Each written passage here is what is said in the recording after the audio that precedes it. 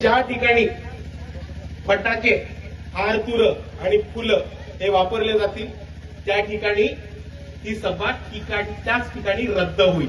याच आठवड्यामध्ये उपमुख्यमंत्री अजित पवार यांचं अपघातामध्ये निधन झालेलं आहे। जेव्हा राज्यामध्ये दुखवटा असतो तेव्हा तुम्ही चौकामध्ये फटाके फोडणं आणि फुलं उधळणं हे बरोबर आहे का?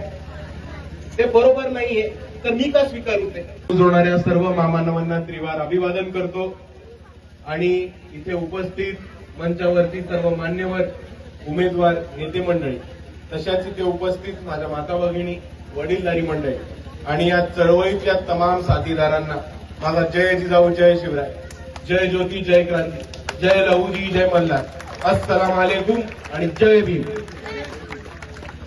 मी सुरुवातीलाच एका घटनाबद्दल बोलणार आहे, जी आता छोटीशी घटना इकडे झाली।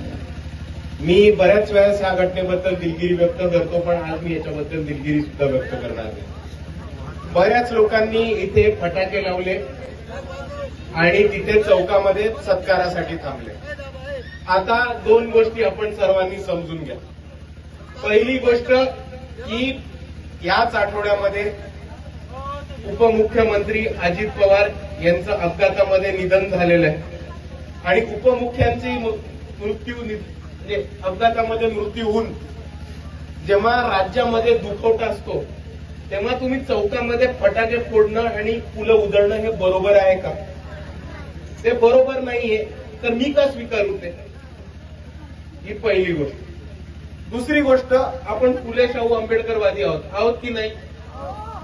आता मला सांगणं, कोणतरी मोठा राजा आला किंवा राणीच्या पोटातनं येणारा कोणतरी सरदार आला, तर त्याच्यासाठी ज्या पद्धतीने आपण फुलांचा वर्षाव करतो, फटाके लावतो आणि हा सगळा फालतूपणा जो करतो, हा आपल्या फुले शाहू आंबेडकरवादी चळवळीमध्ये बसतो का? मग कशाला हे नाटकं करता सगळीकडे? यापुढे मी आपल्या सर्वांना सांगतोय की वंचित बहुजन आघाडीच्या कार्यक्रमामध्ये कुठेही फटाके, हार, तूर, फुलं हे वापरले जाणार नाही। ही फुले शाहू आंबेडकरवादी चळवळीचा हिस्सा नाहीये, भाग नाहीये आणि कुठेही जर युवकांनी खटाटोप करून जबरदस्ती गाडी थांबवून फटाके फोडणं किंवा हार, तूर, फुलं करण्याचा प्रयत्न केला तर ती गाडी तुम्हाला तुमच्यासाठी न थांबता तिकडनंच पुढे काढली जाईल, जसं आज झालं तसंच। दुसऱ्या बाजूला आज पक्षाचा आदेश आहे।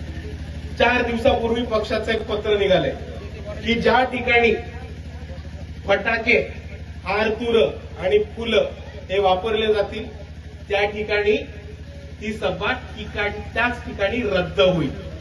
हे आपण सर्वांनी वाचले, कार्यकर्त्यांनी, पदाधिकाऱ्यांनी वाचले। मग आज हे सगळा प्रकार कशासाठी होतोय?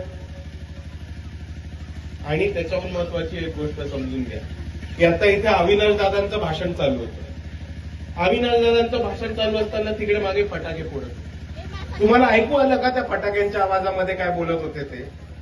मग हा काय तुम्ही लावले की तुम्ही एका वक्त्याला बोलवणार? अविनाश दादा परभणीमध्ये राहतात का? नांदेडवरनं इथे भाषण द्यायला आले, तुमच्याशी संवाद साधायला, तुमच्या समोर भाषण करायला एक माणूस नांदेडवरनं आपल्या गावामध्ये आलाय।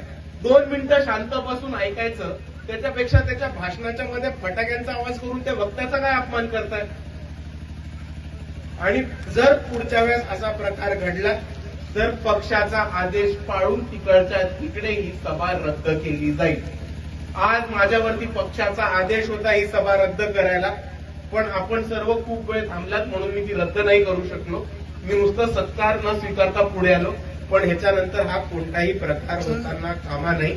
जर हा प्रकार घडला तर वंचित बहुजन आघाडीची सभा तिकडच्या तिकडे रद्द होऊन जे कोणी व्यक्ती आले ते परत घरी निघून जातील। मान्य सर्वांना?